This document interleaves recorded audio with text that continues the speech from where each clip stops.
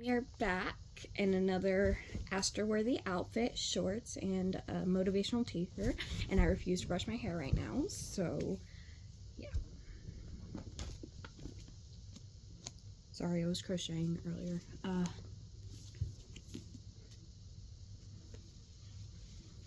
Chapter 2. Ah! Shrieked Piper. Vega jumped, then turned to Piper, her brows furrowed in concern. Piper, are you quite all right? She asked. Your screaming gave me such a fright. Piper's mouth opened as if she might yelp again, and Astra put a steadying hand on her arm.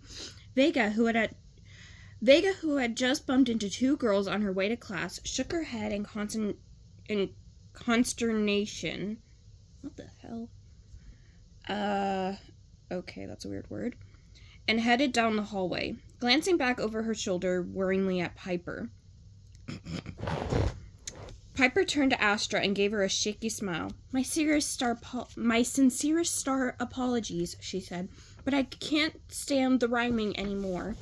No star apologies necessary, said Astra. Really, I get it. Everyone's behavior is not just weird, it is star-tastically annoying. We'll figure it out after SD class this afternoon, she told Piper, more confidently than she felt. I'll see you later. I'm off to aspirational art. Piper brightened. Maybe it'll spark some creative ideas, she said hopefully. Astra shrugged. Doubtful. I don't even know why I have to take aspirational art anyways, she said. I'd much rather do a double PE class. Astra ignored Piper's shudder. She knew that while Piper loved stretching and meditating, she was no fan of team sports. What is going on with my foot? Astra walked into the classroom, a huge airy space with beautiful light pouring through the floor-to-ceiling windows. Giant hollow canvases, one for each student, were set up around the room. Each had an artist station furnished with brushes of all sizes and tubs of glowing paint light in every color of the rainbow. Astra selected a canvas positioned in the corner, which overlooked the lush Aussie fruit orchard. The rest of the students began choosing their canvases, ready to begin. But where was their professor? Should we just start? Asked Fiona, a girl with bright blue curls. She picked up a paintbrush and positioned it over her jar of purple paint light, eager to get started. Astra grinned as she observed the empty doorway. Maybe he's not coming and we'll get a free period, she said hopefully. Galia, a serious girl with a turquoise aura, dang it, the word messed me up, turquoise aura, gasped. We need to stay, Astra, she gently chided. Imagine if he came in and we were all gone. Astra eyed the hollow clock. If he's not here by 11:80, I say we make our starry way elsewhere, she said.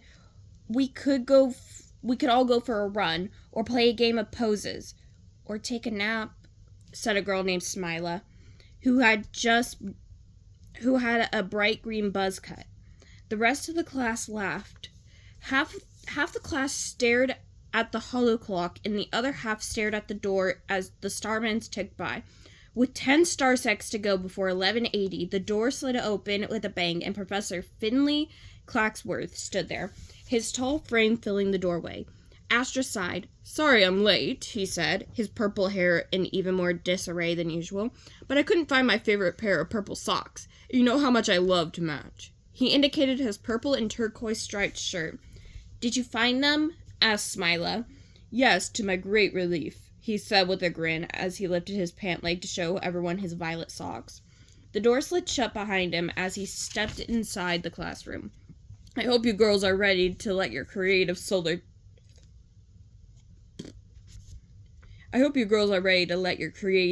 soar today, he announced. Today is going to be all about letting go of your inhibitions and shining like the creative geniuses I know you are. Today, you should all just go crazy. Astra gave him a look. Go crazy? That was what she did on the playing field, not in art class. She wasn't even quite sure where to start. It was even more frustrating to her because the rest of the students immediately started to paint. One girl sang to herself as she covered her canvas with bold strokes of blue and yellow. Another closed her eyes and simply let the paint fly. Astra stood in front of her blank canvas, uncharacteristically hesitant. "Astra," said the professor as he stepped up behind her, "don't think, just do." Astra put down her brush, turning to face him. "I'm just not creative," she told him, shaking her head. Then, catching his sympathetic look, she added hesitantly, "Doesn't bother me. I'm an athlete. I just don't have time to work on my creative side. No offense." His eyes crinkled around his round magenta glasses. "None taken, Starling," he said, "but we all have creativity inside of us. It's just that in some it is closer to the surface than others. We need to give ourselves permission to be open to it and then let ourselves go. No self-consciousness, no embarrassment. You must embrace it and you'll really soar. Trust me, there's no other feeling quite like it." Astra nodded and smiled agreeably, but when he moved on to the next student, she rolled her eyes. No other feeling like it? That was easy to say if you hadn't scored the winning basket in a tied game of Starball as the hollow clock was counting down, or broken a school record in the quarter-floozle dash. She couldn't imagine spreading some paint light on a hollow canvas would even come close to that feeling. Having this enormous blank canvas in front of her was daunting. She felt unsure of herself, and that was unfamiliar and unpleasant. She dipped a large brush in her favorite color, bright red, which was sparkly. "Don't think, just feel," the professor said in her ear. She hadn't realized he had returned, and his voice startled her. She jumped, her arm moving forward, and a big splash of shimmery red paint light landed on the canvas. "There you go," said Professor Claxworth encouragingly. The red splatter might not have been intentional, but it did look good against the blank canvas. Encouraged, Astra picked up another brush and coated it in sparkling yellow paint light. She flicked the brush at the canvas, and splatters of sunshine covered the right side of the painting on top of the red. She started to feel bolder. Orange was next, then green, then purple. She decided she needed more red. She stepped back and took a look. The entire canvas was covered in overlapping strokes. Give me a second. 2, 4, 6, 7. Okay. She needed more red. She stepped back and took a look. The entire canvas was covered in overlapping strokes and splatters of paint. It was very bright and colorful, cheerful even. She tilted her head for another look, then she frowned. Something was clearly missing. "Nice work," said the professor, who had just made his rounds and was back at Astra's side. He stared at the picture. "It's very pretty." He shook his head. "But I think it needs more you in it." Astra considered this. More of her? What exactly did that mean? She liked sports, action, movement. Maybe she should be more athletic in her approach to the canvas.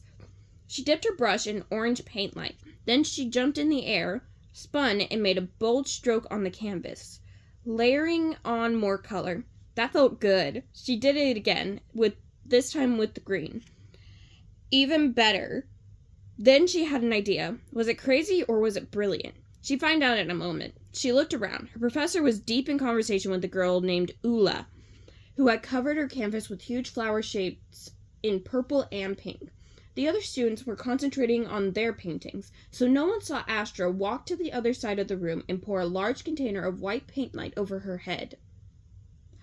She took a deep breath, ran across the room, did a flying leap and a double flip, and launched herself right at the painting. The springy canvas acted like a trampoline, and she bounced back onto the floor, landing on her feet. She was now completely covered in paint light, not just white, but every color of the rainbow. The rest of the students stared at her in shock. Astra stood there, dripping. The colorful canvas now had a life-size Astra shape in the middle. She looked at it and grinned. It was totally strange, unique, and decidedly her. Professor Finley Claxworth stood in the middle of the room in silence.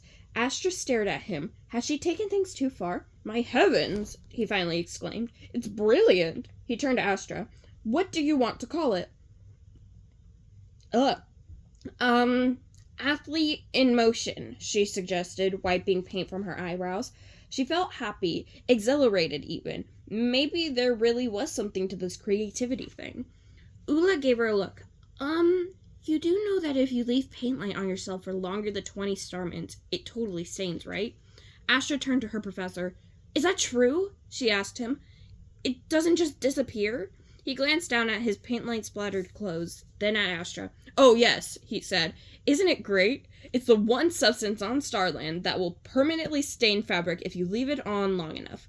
Then may I be excused to take a sparkle shower before next class? Astra asked. As she spoke, she felt a drip slide down her cheek.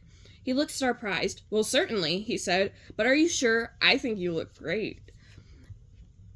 Creepy.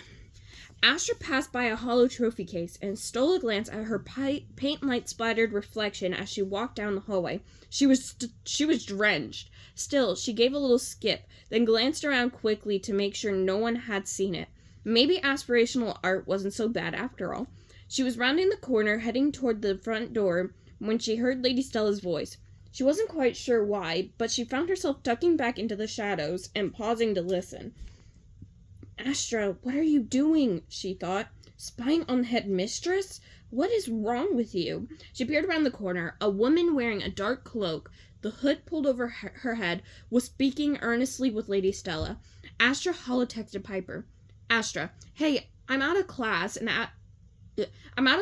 outside Lady Stella's office.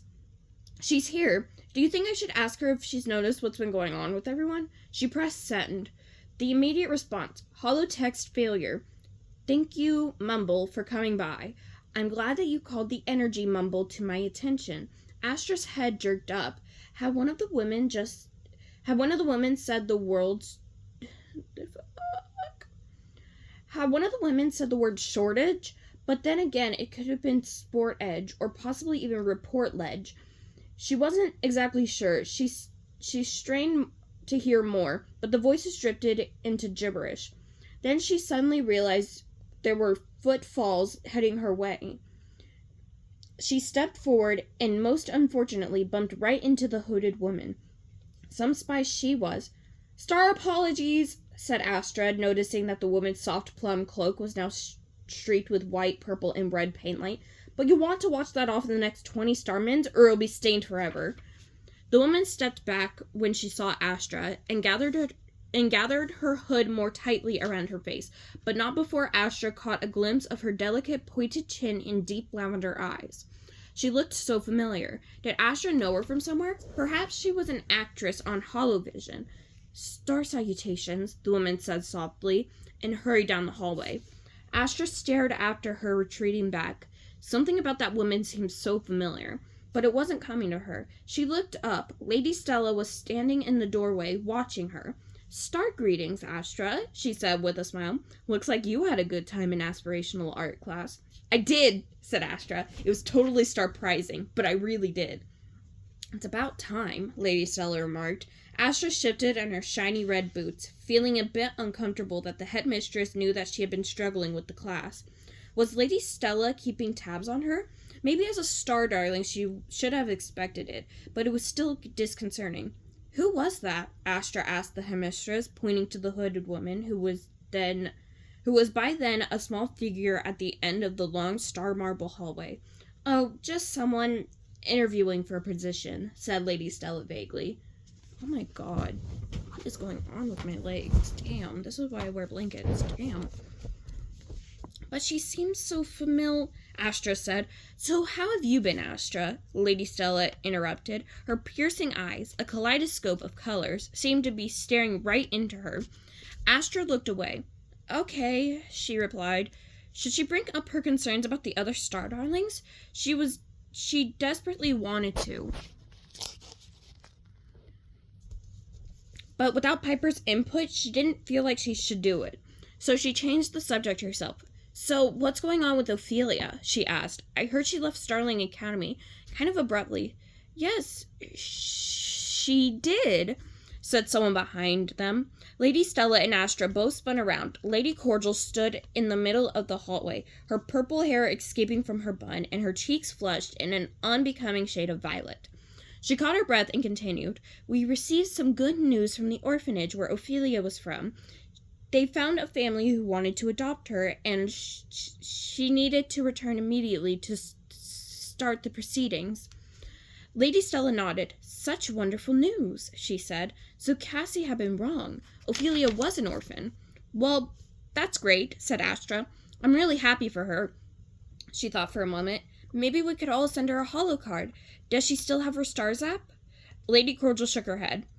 I guess we could send it to the orphanage, Astra said, pressing on. What is it called? Lady Cordial frowned. I think it was called the Starland City Home for Orphan Starling Children. Lady Stella shook her head. Are you sure? I seem to recall it as the Starland Memorial Institute. We'll let you know, said Lady Cordial as she stared at Astra. Hadn't you better get back to your room to rinse off before the paint sets in and you're stained forever?